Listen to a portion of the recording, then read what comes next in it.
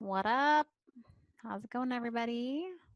Today, I'm going to talk to you about it's kind of brief, but I just want to talk to you about my church callings and the lack thereof during this 3-year period of my life um, where I realized my husband couldn't, where he had to stop working due to debilitating mental illness, and where I started working um, amidst a lot of other things that were going on. So I'm an active member of the Church of Jesus Christ of Latter-day Saints. And, when all this happened, I was confused, sad, angry towards God.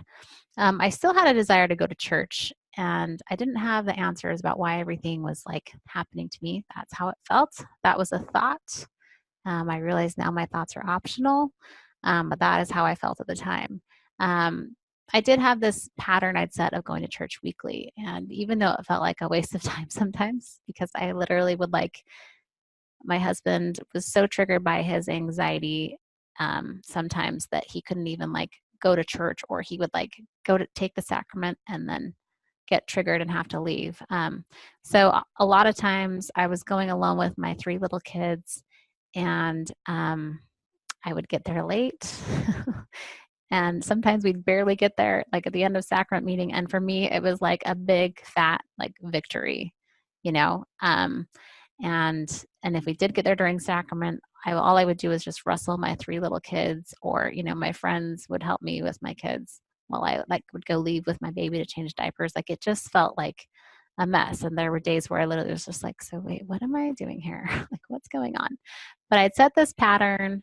Um, I kept going, and it seemed like at some point during that 3-hour block, I always heard something from someone that sustained me. And so I just want to say, these church members and their contributions that they made during lessons and comments, those things really helped me and affected me. And I remember sometimes, a friend would just slip me a note, and it was like everything to me, and I would just keep it because it like just gave me that hope, or whatever it was that I needed to just be sustained a little bit more, a little bit further.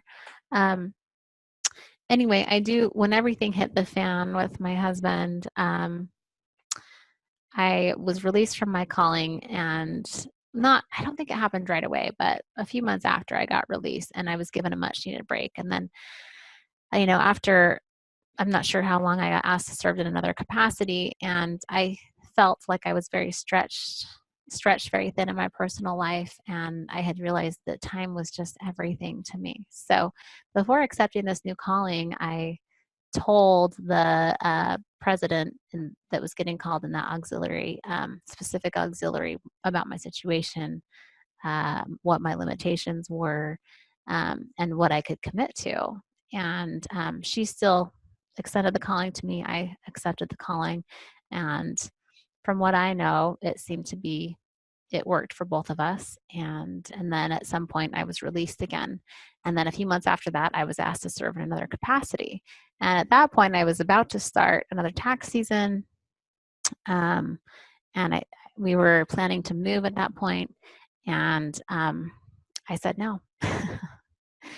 And I felt totally okay with it, like 100% okay. The church handbook says that, a circumstance to consider is the overall time demands that members face in supporting their families and taking care of other personal matters.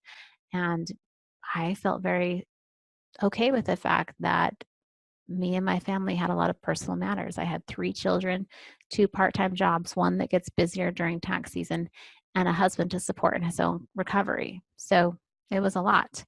My point in sharing this with you, it's not telling you how to say no to callings, but if you are in a place where you need to say no, it's fine. And you know that what you need to do for your family more than anybody else. And so I just want to share with you that it's okay if that needs to be. I had the desire to serve. I did not have the capacity to serve. When I've had more capacity to serve in the past, guess what? I've served more in the past. This just wasn't my time or my season, and I was okay with this. And in this particular situation, the bishopric was very supportive of me and my decision. But guess what? regardless of whether they would have been supportive or not, I felt 100% great about the choice because I know what my limits are, and Heavenly Father knows what my limits are. And I felt like really proud of myself that I got into a point, a mental headspace where I could decide to love myself so much, not to spread myself even more thin. And as I talk more in later posts, I will discuss more about like owning our emotions and allowing others to own theirs. This is really powerful stuff. Love it so much. Thanks for listening.